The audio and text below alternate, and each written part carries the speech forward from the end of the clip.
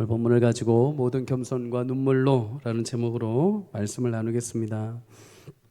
바울은 이제 드로아를 떠나서 이제 예루살렘으로 향하는 마지막 여정을 이어가게 됩니다. 예루살렘으로 향하기 전에 밀레도라는 곳에 잠깐 들리게 됩니다. 밀레도, 그곳에 잠깐 멈춰서서 45km 정도 떨어져 있는 에베소 교회에 사람을 보냅니다. 그리고 그곳에서 에베소 교회 장로들, 지금의 장로님들하고 조금 다릅니다. 감독들이라고 할 수 있죠. 교회의 목자들, 지도자들이라고 할 수 있습니다. 에베소 교회의 장로들을 불러오게 하죠. 그리고 본문의 말씀처럼 이제 마지막으로 유언과 같은 말씀을 함께 나누게 됩니다. 오늘 본문 뒤쪽에 보면 다음 주의 본문입니다. 36절에 37절에 보면 이 모든 말씀을 다 나누고 나서 서로 기도하고 크게 울며 안고 아쉬움을 달래고 헤어지게 됩니다. 아마 예루살렘으로 가면 이제 바울은 잠시 머물렀다가 로마로 끌려가게 되고 바라기는 자신의 내면에 스페인까지 가기를 바라지만 우리가 다 알다시피 바울은 로마에서 순교를 하게 됩니다. 로마도 어느 정도 자신의 순교를 예감하고 있었던 것 같아요. 그래서 에베소 장로들과 말하면서 오늘 우리가 마지막 읽었던 것처럼 이제 우리가 더 볼 수 없을지도 모르겠다라는 작별의 인사를 하죠. 헤어짐의 순간임에도 불구하고 참 귀한 모습을 보여줍니다. 서로 위로하고 기도하고 안아주고 격려하는 모습. 여러분, 만남의 순간이 있으면 언젠가는 이별의 순간도 분명히 찾아옵니다. 우리가 이 자리에 함께 있지만 우리가 만났던 시간들도 있죠. 성도가 성도 간에, 또 교육자가 성도 간에, 교육자가 교육자 간에 분명히 만남의 순간도 있지만 어느 순간 또 작별해야 되는 순간이 옵니다. 그죠? 이사를 가거나 또 유학을 가거나 사역지로 옮기거나 사정상 멀리 떠나야 하는 그 작별의 순간이 오죠. 그럼 그때마다 아유, 저 인간 없어졌다, 속 시원하다 이러기보다 그때마다 우리가 서로 위로하고 격려하고 눈물로 파송하는 은혜가 있기를 주의 이름으로 축복합니다. 그러기 위해서는 있을 때 잘해야 됩니다. 그렇죠? 옆에 있는 분에게 그런 의미에서 이렇게 인사하시죠. 있을 때 잘하세요. 네, 있을 때 잘해야 됩니다. 그래야 떠날 때도 안아주고 눈물로 파송할 수 있는 거죠. 네. 오늘 바울이 유언과 같은 고별 설교를 하면서 참 많은 정이 들었나 봅니다. 에베소 교회에 3년 동안 사역을 했는데 많은 어려움들이 있었죠. 그럼에도 서로 눈물을 흘릴 정도면은 깊은 영적인 정이 있었죠. 우리 교회 안에도 그런 영적인 은혜와 정이 흘러넘치기를 축복합니다. 바울은 크게 고별 설교의 두 가지를 이야기합니다. 첫째는 바울이 에베소 교회를 어떻게 섬겼는지, 그리고 둘째는 에베소 교회, 앞으로 자신이 떠난 이후에 에베소 교회와 장로들에게 당부하는 메시지가 담겨 있습니다. 오늘은 첫 번째 것만, 에베소 교회를 위해서 바울이 어떻게 섬겼었는지에 대해서 함께 나눠보려고 합니다. 에베소 교회를 섬긴 바울의 모습을 통해서 먼저 주시는 은혜, 첫 번째는 여러분, 바울은 항상 변함없이 성실함으로 섬긴 것을 볼 수 있습니다. 오늘 18절 우리 한 번 더 읽어보도록 하겠습니다. 시작. 오매 그들에게 말하되 아시아에 들어온 첫날부터 지금까지 내가 항상 여러분 가운데 어떻게 행하였는지를 여러분도 아는 바니. 아멘. 아시아 곧 에베소 지역에 내가 교회에 들어와서 3년 동안 바울이 사역하면서 첫날부터 지금까지 항상 내가 꾸준히 변함없이 성실함으로 주의 일을 감당한 것 너희들이 잘 안다라고 이야기를 합니다. 여러분은 언제부터 처음 신앙생활을 하셨습니까? 모태신앙에서 하신 분도 계실 것이고, 또 중간에 청년회 때 믿으신 분도 있을 것이고, 어른이 다 되어서 오신 분도 계실 것입니다. 여러분, 그때 그 뜨거움과 기쁨과 감격, 그리고 뜨거운 가슴을 안고 섬겼던 그 시간들을 여러분 기억하십니까? 다른 사람들 눈에 안 들어오고, 교회 어떤 건물 안 들어오고, 주님의 그 은혜가 감격이 넘쳐가지고 오직 주님의 사랑 때문에, 그 사랑 때문에 밤잠을 이루지 못할 정도 감격하며 내일 주일날 가서 주님을 섬길 거를 너무나 기쁨으로 기대했던 그 순간들 여러분 기억하십니까? 첫날에 여러분의 그 뜨거웠던 마음과 그 수고가 마지막 주님 부르시는 그날까지 계속 이어져가는 놀라운 은혜가 있기를 주의 이름으로 축복합니다. 여러분, 구체적으로 바울이 어떻게 꾸준한 성실함으로 무엇을 했을까요? 19절에 고백합니다. 모든 겸손과 눈물로 유대인의 간계로 말미암아 당한 시험을 참고 내가 주를 섬겼다. 바울은 한결같이 성실함으로 섬겼는데 크게 세 가지를 섬겼죠. 첫 번째는 한결같은 마음, 겸손한 마음으로 섬겼다라고 합니다. 한결같은 겸손함. 여러분, 바울처럼 간증이 많은 사람 없습니다. 바울은 예수님의 능력에 따라 복음을 선포했을 때 수천 명이 회심하고 돌아옵니다. 그의 권위 있는 기도 때문에 귀신이 떠나갑니다. 그의 능력 때문에 병자들이 치유가 됩니다. 심지어 지난주에 우리가 말씀을 나눴습니다. 3층 창문에서 이렇게 말씀을 듣다 졸다가 떨어진 누구요? 유도고를 위에 엎드려서 기도하여 살리는 역사도 보여줍니다. 여러분, 이 정도면 어깨 잔뜩 이두근에 이렇게 힘 좀 줘도 됩니다. 그죠? 어깨 뻥 이만큼 넣고 나 이런 사람이야 해도 됩니다. 내가 했다. 나 이런 사람이야 자랑할 만하죠. 근데 바울은 겸손하였다라고 말합니다. 겸손. 베드로전서 5장 6절은 말합니다. 겸손에 대해서 하나님의 능하신 손 아래에서 겸손하라. 여러분, 능력 많으신 하나님 앞에 자신을 낮추라는 것이죠. 한마디로 어떤 상황에 처하든지 네가 일이 잘 풀리든 잘 풀리지 않든 늘 하나님을 온전히 의지하라라는 것입니다. 여러분, 겸손은 하나님 앞에 낮아지는 마음입니다. 바울은 철저하게 하나님 앞에 자신을 낮추었던 사람이죠. 다메섹 도상에서 예수님을 만나는 그 순간부터 주님 앞에 무릎으로 엎드립니다. 그는 행하는 모든 일과 순간마다 주님을 의지하고 그의 인도하심을 따라 걷게 됩니다. 그는 언제든지 늘 언제나 그의 인도하심을 따라 사명을 감당하죠. 여러분, 이 모습은 예수님에게서도 볼 수 있습니다. 마태복음 11장 29절에 예수님은 나는 마음이 온유하고 겸손하니 나의 멍에를 메고 내게서 배우라. 바울은 자신의 주인이신 예수님을 따라서 겸손함을 배우고 따라가고 있는 것이죠. 우리도 주님의 겸손함을 배우고 섬기는 축복이 있기를 주의 이름으로 소망합니다. 야고보서 4장 6절은 말씀합니다. 하나님이 교만한 자를 물리치시고 겸손한 자에게 은혜를 주시니라. 하나님은 모든 상황에서도 자신의 능하신 손안에 오직 그분을 의지하는 자, 물질이 많건 적건 지식이 있건 없건 상황이 풀리건 안 풀리건 어떤 높은 자리에 있건 낮은 자리에 있건 간에 늘 언제나 주님의 손 아래 거하는 겸손을 따르는 자의 인생을 하나님 반드시 은혜를 주실 줄 믿습니다. 여러분, 그런 겸손함으로 주를 따르는 은혜가 있기를 주의 이름으로 축복합니다. 바울은 겸손함과 동시에 또 한 가지로 섬겼다고 해죠. 바로 눈물로 섬겼다라고 말합니다. 눈물로. 바울은 주의 사명을 위해서 눈물을 흘릴 줄 아는 사람이었습니다. 눈물. 31절에 고백하죠. 내가 3년이나 밤낮 쉬지 않고 눈물로 각 사람을 훈계하였다. 고린도후서 2장에도 말합니다. 내가 눈물로 너희에게 이 편지를 썼다. 바울은 영혼들을 위해서 말씀을 증거할 때뿐만 아니라 심지어 서신을 쓸 때도 눈물 자국 흘리면서 서신을 썼습니다. 항상 눈물로 사명을 감당한 자이죠. 여러분, 그러면 왜 사람이 눈물을 흘릴까요? 감정에 북받쳐서 눈물을 흘릴 수 있습니다. 그런데 사실 여러분, 눈물은 내가 어떻게 할 수 없을 때 우리는 눈물을 흘리게 되어 있습니다.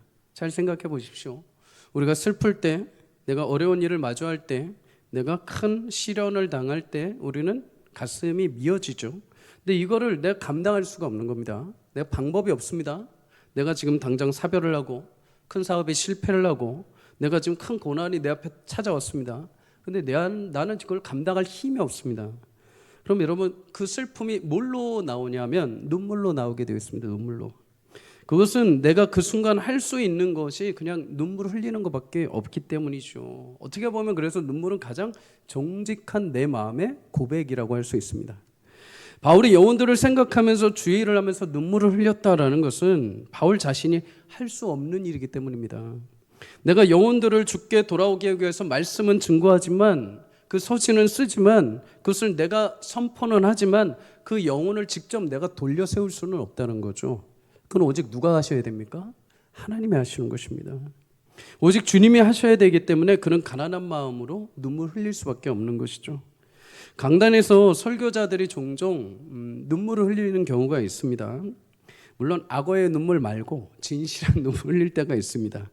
설교할 때 말씀 가운데 성령이 설교자들에게도 주십니다. 마음에 뜨거운 감동과 은혜를 주셔서 자기도 모르게 복받쳐 흐르게 하시죠. 반면에 강단에서 할 수 있는 것이 사실 우는 것밖에 없습니다. 여러분, 여기서 말씀을 증거할 때 아무리 인간의 입으로 말씀을 선포하게 해도 회심하고 돌아오는 것은 하나님이 하셔야 되는 것입니다. 말씀을 선포해도, 인간이 말씀을 선포해도 그 말씀의 능력으로 하나님께서 영혼들을 심령 가운데 찾아 들어가셔서 그 마음을 위로하시고, 전하는 자는 모르지만 그 말씀이 한 단어가 그의 심령에 꽂혀서 그의 마음을 움직이시는 것은 하나님밖에 못하십니다.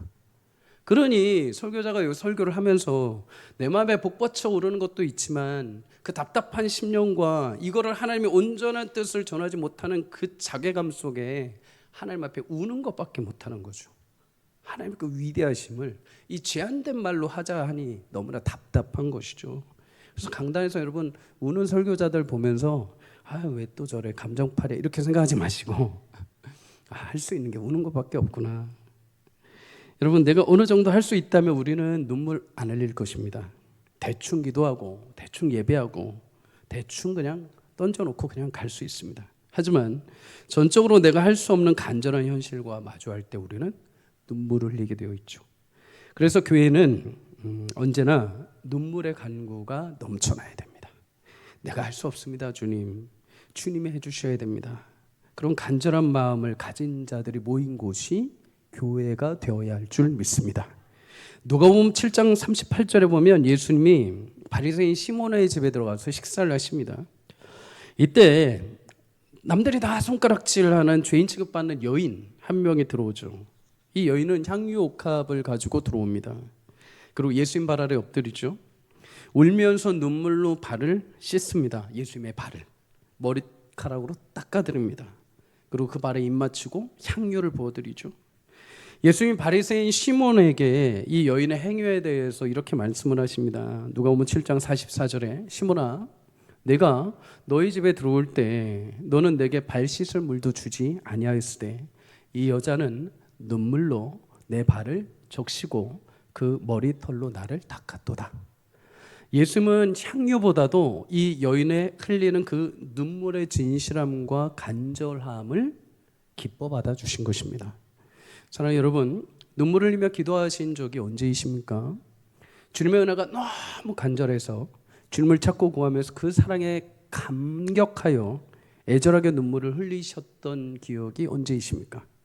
내가 허락하신 사역을 감당하면서 그 대상이 되는 영혼들을 위해서 기도와 눈물을 흘리신 적은 언제이십니까? 교회와 나를 위해서, 성도를 위해서 기도하면서 흘린 눈물의 기억이 여러분 언제이십니까? 우리 교회가 눈물의 기도가 다시 회복되는 교회가 되기를 주의 이름으로 축복합니다. 교회는 사람의 교양, 사람의 지식, 사람의 말로 채워지는 것이 아닙니다. 교회는 눈물의 기도로 채워져야 하는 것입니다. 그런 의미에서 여러분 새벽기도, 금요기도에는 정말 우리 안에 하나님 복 주신 시간이죠. 우리의 눈물의 기도가 회복되는 시간인 것이죠. 여러분 세상 앞에서, 사람들 앞에서, 나의 어려운 환경 앞에서 눈물 흘리지 마십시오. 주께 나와 눈물 흘리십시오. 주께 나와 눈물의 씨앗을 심으십시오. 그럴 때 주님께서 기쁨으로 단을 걷게 하실 줄 믿습니다. 요한계시록 7장 17절 우리 다 함께 읽습니다. 시작. 이는 보좌 가운데 계신 어린 양이 그들의 목자가 되사 생명수 샘으로 인도하시고 하나님께서 그들의 눈에서 모든 눈물을 씻어 주실 것입니다. 아멘. 여러분 세상은 여러분의 눈물을 받아줄 만한 공간이 없습니다. 여러분의 눈물을 닦아주지 못합니다. 여러분의 눈물의 의미를 이해해 주지 못합니다. 그러나 주님은 그 눈물의 의미를 아시고 그 눈물 한 방울을 귀하게 여기십니다. 다윗이 고백한 것처럼, 시편에 고백한 것처럼 그 눈물을 주님의 병에 담아 하나님 하나하나 기억하시고 하나님의 역사로 채워가시는 은혜를 주실 줄 믿습니다. 여러분 눈물의 기도로 여러분의 자리, 여러분이 앉아있는 교회의 자리를 가득가득 채우는 은혜가 있기를 주의 이름으로 축복합니다. 또 한 가지는 여러분 바울은 시험을 참고 견디는 인내로 섬겼다라고 말하죠. 19절 중반에 고백을 합니다. 유대인의 관계로 말미암아 당한 시험을 내가 참았다라고 말하죠. 바울은 구원의 역사가 많은 만큼 시험도 굉장히 많았습니다. 동족 유대인들이 예수님을 전하는 바울을 뒤쫓아다니면서 죽이려고 했었죠. 심지어 미신과 바울의 심체였던 에베소 사람들도 바울과 그 일행들을 붙잡아서 위협했죠. 고린도후서 4장에 보면 이 위협이 어느 정도인지 우리는 알 수 있습니다. 사방으로 우겨쌈을 당하고 답답한 일을 당하고 박해를 받고 거꾸로 뜨림을 당하였다. 그런 고난 속에서도 바울은 그 모든 시험을 내가 참았다라고 말합니다. 여러분, 우리는 얼마든지 예수님 믿는데 시험이 찾아올 수 있습니다. 그때마다 인내하는 은혜가 있기를 주의 이름으로 축복합니다. 그런데 여기서 바울이 말한 이 시험이라는 단어에 한번 주목을 해봐야 됩니다. 보통 성경에서 시험이라는 단어는 두 가지죠. 테스트 아니면 템테이션입니다. 테스트는 다음 단계로 넘어가는 시험, 유혹, 템테이션은 무너뜨리는 거, 길에서 벗어나게 하는 겁니다. 그럼 여러분, 오늘 본문에서 바울이 말한 이 시험은 어떤 의미가 있을까요? 바울은 여기서 단어를 테스트로 사용합니다. 영어 성경에 테스트로 합니다. 우리 흔히 고난이라고 하면은 사단이 주는 시험 정도로 생각할 수 있습니다. 그래서 어떻게 해서는 그 고난을 이겨내야 된다. 어떻게 해서든 그 고난을 우리 가운데 좀 피하고 좀 우리 가운데 별로 좋지 않은 거다. 이렇게 생각할 수 있습니다. 오늘 바울이 당했던 그 고난은 여러분 누가 봐도 사단이 준 겁니다. 그죠? 여러분, 복음을 전하러 갔는데 복음 전하는 자 앞에서 늘 장애물이 있고 늘 제한하는 자들이 나타나고 늘 그 복음 전환을 죽이려고 한다면 하나님의 역사를 제한하는 거면 이거는 늘 사단의 고난이죠. 사단의 시험입니다. 템테이션입니다. 복음의 길을 막는 사단의 유혹이죠. 그런데 바울은 여러분 그 시험을 오늘 성경은 그것을 무엇으로 받아들이기로 결정하느냐? 하나님이 바울을 이방의 복음 전도자로 만들어 가시는 테스트로 받아들이기로 결정을 합니다. 로마에 이르도록 바울을 만들어 가시는 하나님의 테스트로 바울은 인식하고 믿었던 것이죠.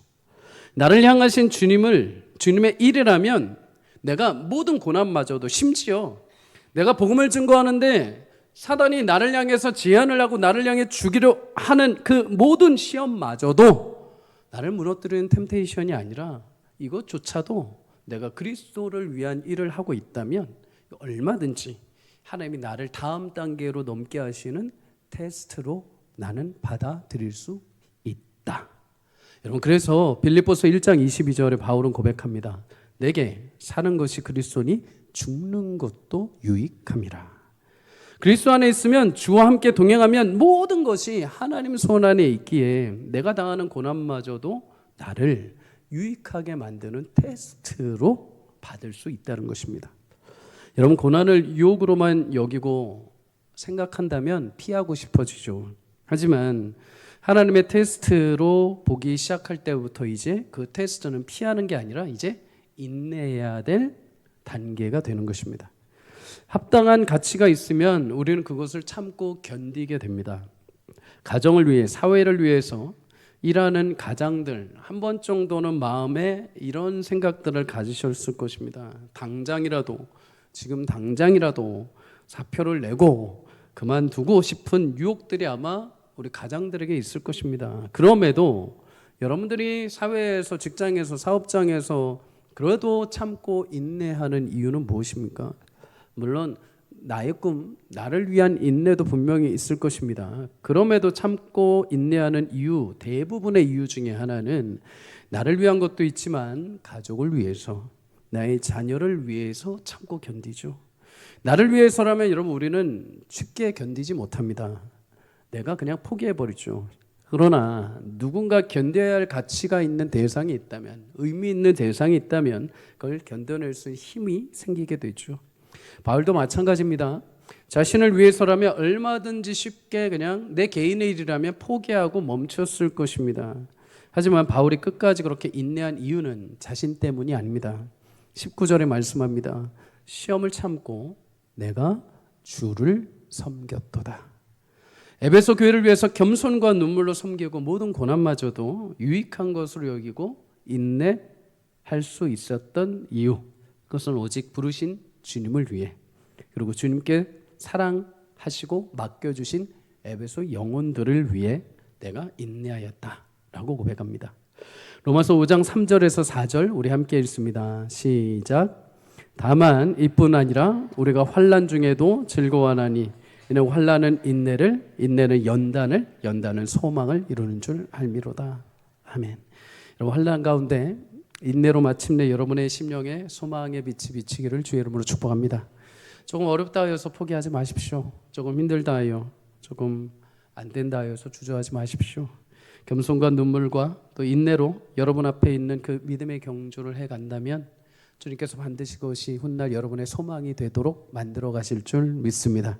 이 모든 것이 단순히 나를 위한다고 한다면, 나의 의를 위한다고 한다면, 나의 성공을 위한 것이라고 한다면 우리는 쉽게 지칠 것입니다. 그러나 나를 사랑하셔서 나의 생명을 독생자 예수님까지 아낌없이 보내주셔서 구원해 주신 주님을 위해서라면 얼마든지 겸손과 눈물과 인내로 그 길을 걷도록 주님께서 힘과 은혜를 베풀어 주실 줄 믿습니다. 끝까지 인내함으로 주께 주신 여러분의 삶의 소망의 결실이 반드시 나타나는 축복이 있기를 주의 이름으로 소망합니다. 크게 두 번째로 여러분, 바울은 차별 없이 유익한 모든 것을 함께 나누었던 자입니다. 20절 우리 함께 읽습니다. 시작. 유익한 것은 무엇이든지 공중 앞에서나 각 집에서나 거리낌 없이 여러분에게 전하여 가르쳤다. 바울은 사람들을 자신의 유익의 도구로 삼지 않았습니다. 자신의 성공 가도를 위해서, 자신의 지위와 자유의 성공을 위해서 사람들을 차별적으로 선별하여서 복음을 전하지 않았습니다. 오히려 모든 사람의 유익을 위해서 아낌없이 후회 없이 모든 것을 다 쏟았다라고 말하죠. 죄로 인해서 죽을 수밖에 없는 자들을 향해서 가장 유익한 말은 그 영혼의 생명을 구원에 이르게 하시는 예수님을 전해주는 것입니다. 그것이 집이 되었건 회당이 되었건 두란노 서원이 되었건 유대인이건 이방인이건 여건만 된다면 누구라도 상관없이, 시간과 상관없이, 장소와 상관없이 바울은 차별 없이 최선을 다해서 노력해서 모든 복음을 다 전했다라고 말하죠. 어느 누구도 복음을 듣지 못해서 구원받지 못하는 자가 없도록 바울은 모두에게 다 복음을 증거했습니다. 로마서 10장 12절은 이렇게 말합니다. 유대인이나 헬라인이나 차별이 없음이라. 한 분이신 주께서 모든 사람의 주가 되사 그를 부르는 모든 사람에게 부요하시도다. 바울이 이렇게 차별 없이 복음을 증거한 이유가 있죠. 주님이 차별하시지 않기 때문입니다. 주님은 누구라도 예수 그리스도 앞에 그의 이름을 부르는 모든 자에게 그의 풍성하신 부요하신 생명의 은혜를 나눠주시기 때문입니다. 그래서 바울도 차별 없이 모든 자가 들을 수 있도록 복음을 열심히 증거한 거죠. 여러분, 그렇다면 구체적으로 차별 없이 유익하게 전해준 그 복음이라는 것이 무엇일까요? 21절에 말합니다. 하나님께 대한 회개와 예수님에 대한 믿음이라. 여러분, 복음은 시대나 사람에 따라 달라지지 않습니다. 복음은 오직 죄로부터 돌이켜 하나님을 향하여서 삶이 변화되고 예수님을 나의 구주, 나의 구원자로 믿는 것입니다. 이 복음은 바울은 차별 없이 모두가 들을 수 있도록 전하고 가르치고 증언하고 수고를 아끼지 않았던 거죠. 그런데 여러분, 어느 정도까지 수고를 했는가? 사도행전 20장 26절에 보면 바울은 여러분에게 증언하거니와 모든 사람의 피에 대하여 내가 깨끗할 정도다라고 말합니다. 굉장한 말이죠. 내가 복음을 전했는데 여러분의 피에 있어서, 여러분의 피에 대한 책임에 대해서 내가 깨끗할 정도라. 이게 무슨 말이냐? 에스겔 3장 17절에서 18절에 보면 하나님이 에스겔을 이스라엘 백성들에게 파수꾼으로 보냅니다. 말씀의 파수꾼. 파수꾼을 내가 너에게 세우노니 너는 가서 말씀을 증거해라 라고 하시는 것이죠. 이스라엘 백성들에게 에스겔은 파수꾼입니다. 깨우는 자입니다. 듣게 하는 자죠. 깨우치게 하여 이렇게 세우는 자입니다. 그리고 그렇게 깨우는 자를 향해서 18절 안에 말씀하십니다. 에스겔, 네가 만약에 악인에게 이 말을 전하지 않아서 악인이 만약에 돌이키지 못한다고 한다면, 그래서 그 악인이 죽는다면 그 피의 죗값을 너에게 물을 것이다. 그러나 네가 악인에게 이 말을 전했음에도 그가 돌이키지 않고 악인으로 죽는다면 그의 책임이 그에게 돌아갈 것이다. 하나님이 에스겔에게 명령하신 것은 어떻게 해서든 이 사람들을 설득해라가 아닙니다. 전파하라는 거죠. 한 명이라도 못 듣는 자가 없도록 파수꾼으로서 전파하라는 것입니다. 그것이 에스겔의 책임입니다. 모두가 들을 수 있도록 선포하는 것.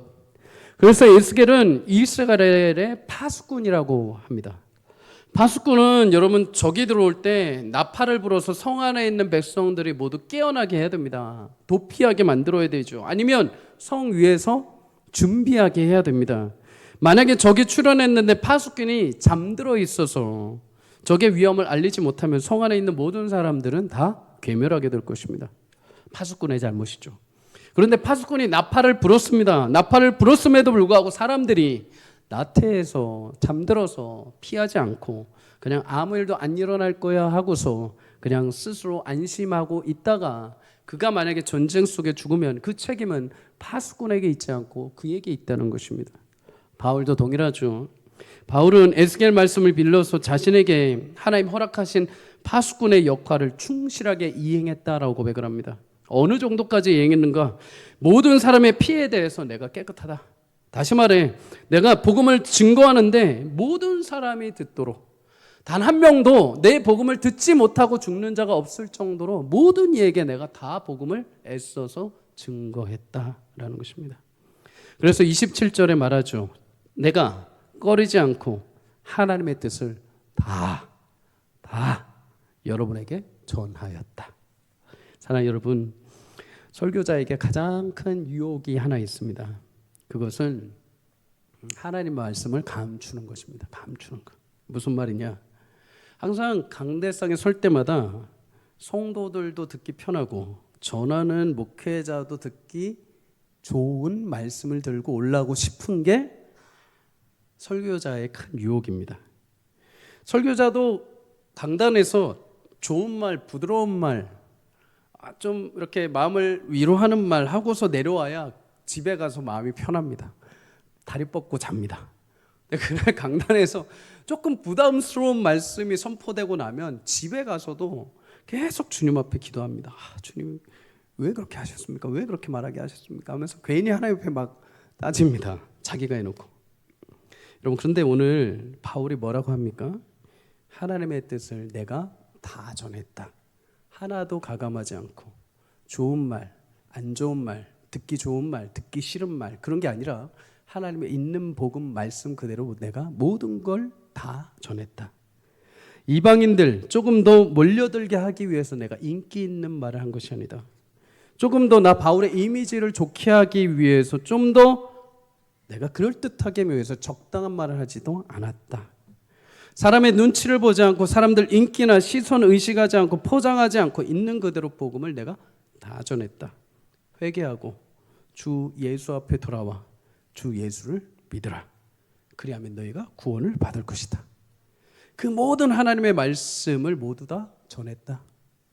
여러분, 소망하기는 우리 교회 강단이 저를 비롯하여 우리 목사님들 설교를 통해서 하나님의 뜻이 가감없이 모두 다 증거되는 축복이 있기를 주의 이름으로 소망합니다. 성경 66권에 담겨져 놓은 하나님의 모든 뜻이 다 선포되는 은혜가 있기를 바랍니다.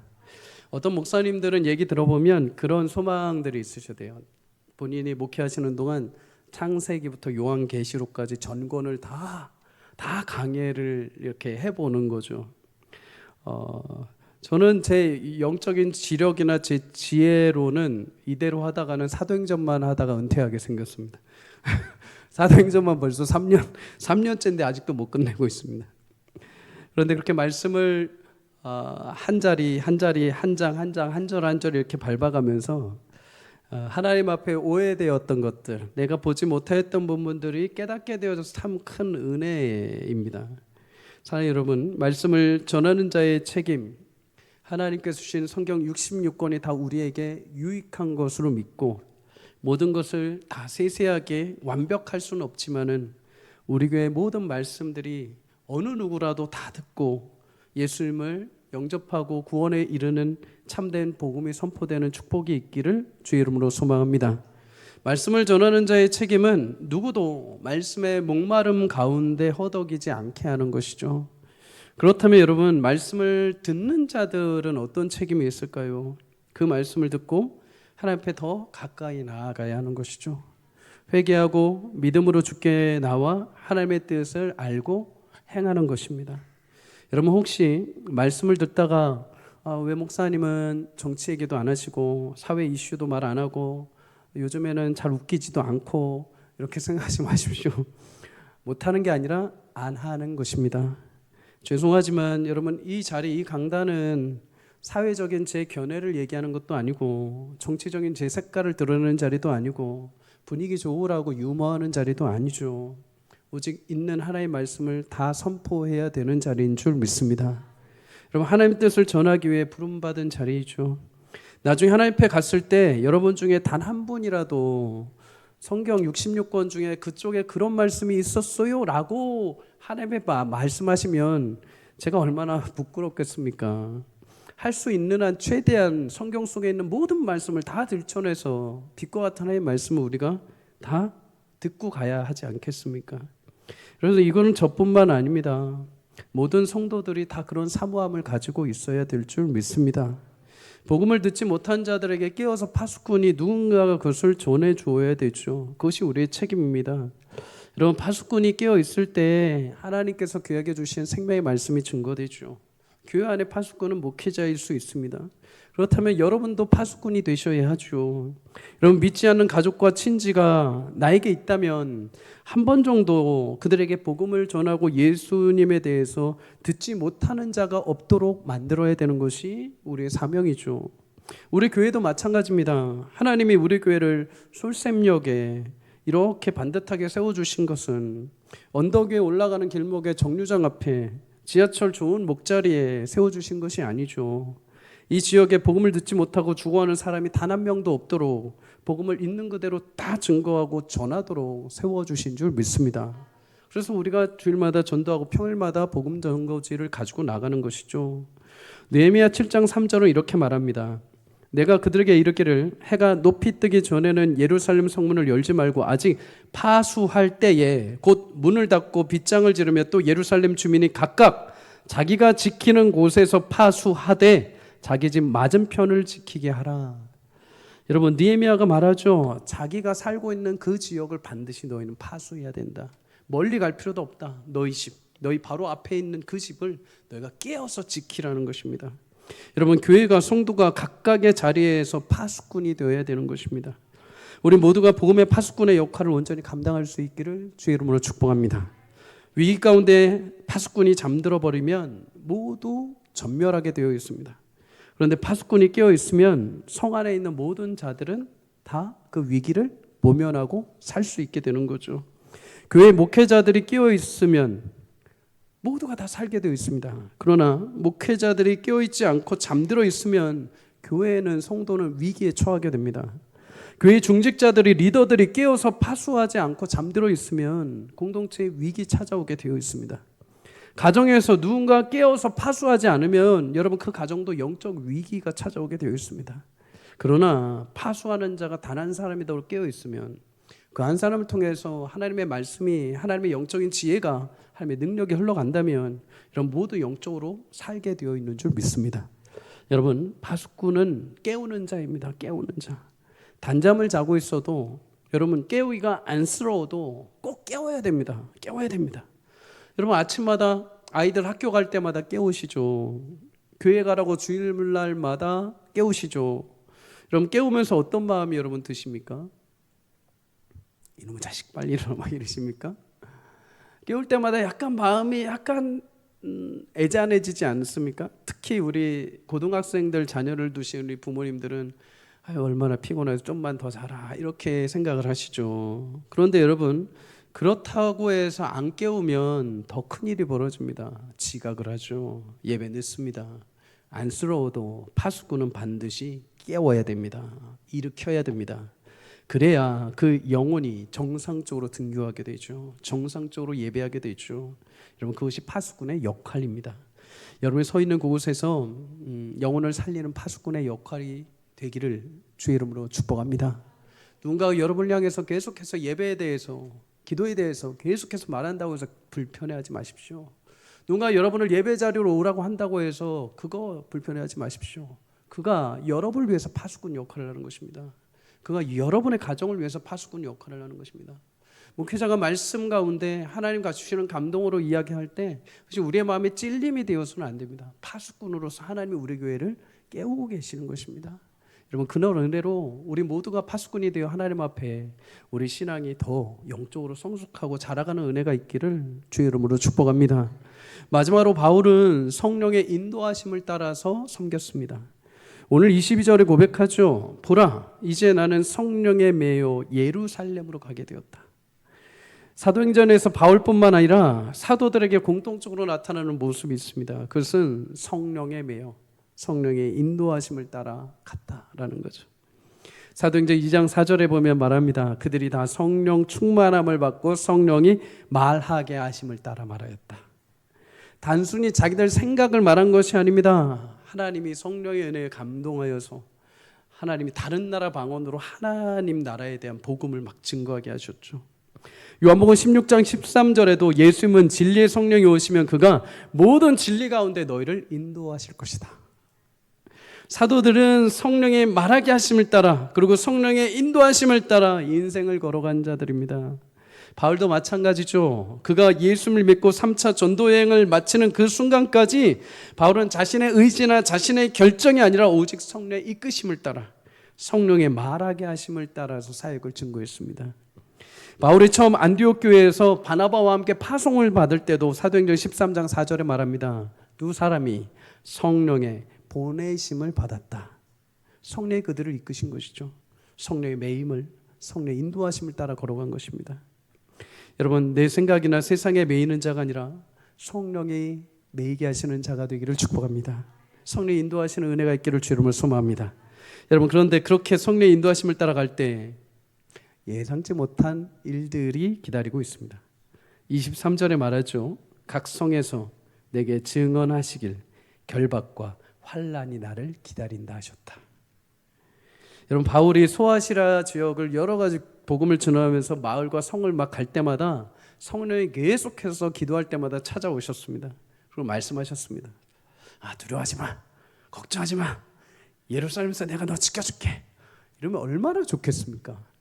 근데 여러분, 성령은 진리의 영이십니다. 진리의 영이라는 것은 거짓말을 못 하신다는 거예요. 포장을 못 하셔요. 포장을 못 하셔요. 우리 그런 분들 있죠. 거짓말 못 하시는 분들 있죠. 얼굴에 티 다 안 하시고 말할 때 티 다 안 하시는, 눈동자에 티 다 안 하시는 분들. 성령은 진리의 영이십니다. 바울에게 있는 그대로 다 얘기하십니다.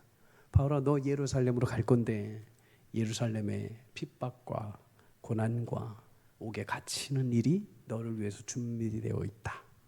근데 너 그래도 가겠느냐? 여러분, 어떻게 하시겠습니까? 고민되시겠죠? 저도 그렇습니다.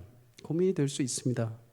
우리는 보통 예수 믿으면 성령 인도하심을 따라가면은 꽃길이 될 거라고 생각을 하는데 성령님은 오히려 가시밭길을 얘기하고 계시기 때문입니다. 예루살렘으로 가면 환난이 기다린다. 근데 바울이 이때 참 귀한 말을 하죠. 뭐라고 합니까? 나의 사명, 내가 달려갈 길, 곧 주 예수의 은혜의 복음을 증언하는 일을 완수할 수만 있다면 나는 어디든 가겠습니다. 사랑하는 여러분, 이런 믿음의 고백이 우리 가운데 있기를 축복합니다. 빌립보서 3장 12절은 바울이 이렇게 고백합니다. 내가 이미 얻었다 함도 아니요 온전히 이루었다 함도 아니라 오직 내가 그리스도 예수께 잡힌 바 된 그것을 잡으려고 달려가노라. 아멘. 여러분, 바울의 눈에는 예수님이 가신 그 좁은 길, 십자가의 길밖에 보이지 않았습니다. 그리고 저 앞에 계신 예수님밖에 안 보이는 것입니다. 그러다 보니까 그 좌우에 있는 장애물들이 별로 자신에게는 큰 의미가 되지 않은 것이죠. 바울아, 너 가면은 이렇게 될 건데 가능하겠냐? 네, 예수님이 가셨으니까 저도 갈 수 있습니다. 바울아, 너 이런 매의 맞음이 있을 텐데 괜찮겠느냐? 네, 저 갈 수 있습니다. 여러분, 좋은 길을 가다가 주께서 혹시라도 좁은 길로 인도하신다 하더라도 믿음으로 그 길을 함께 갈 수 있기를 주의 이름으로 축복합니다. 좁은 길은 좁고 협착하여서 힘들 수 있습니다. 그러나 여러분, 그 길은 생명으로 인도하는 길이 되어 주실 것입니다. 그곳에 반드시 예수님이 영원한 생명으로 여러분들을 기다리고 계십니다. 바울의 고백이 우리의 고백이 되기를 주의 이름으로 소망합니다. 네, 주님, 제가 압니다. 주님, 그곳에 무엇이 있을지 정확하게 모르지만 쉽지 않을 것은 저는 알고 있습니다. 그럼에도 주님, 제가 주님이 앞에 계신다면 제가 따르겠습니다. 그를 위해서라면 제가 끝까지 가겠습니다. 여러분, 그런 믿음과 은혜를 가진 모든 성도들을 주님께서 예수님이 만유의 주로 세우신 것처럼 여러분에게도 그 길을 따라가는 모든 자들에게 하나님의 영광의 은혜의 자리까지 이르게 하시는 축복을 주실 줄 믿습니다. 짐 엘리엇이라는 선교사가 있죠. 예전에 예화로 몇 번 말씀드렸습니다. 젊은 날 파란만장한 미래가 보장되고 준비되어 있음에도 불구하고 하나님의 복음을 아우카족, 미전도 종족에게 전하기 위해, 식인 종족에게 전하기 위해서 갔다가 결국에는 순교하게 됩니다. 짐 엘리엇이 순교하고 나서 그의 나중에 일기장의 고백이죠. 영원한 것을 얻기 위해 영원할 수 없는 것을 버리는 자는 결코 바보가 아니다. 여러분, 영원한 하나님 나라를 소망하고 성령의 인도하심을 따라 믿음으로 걸어 영원한 것을 취하는 복된 주의 자녀들 되시기를 주의 이름으로 소망합니다.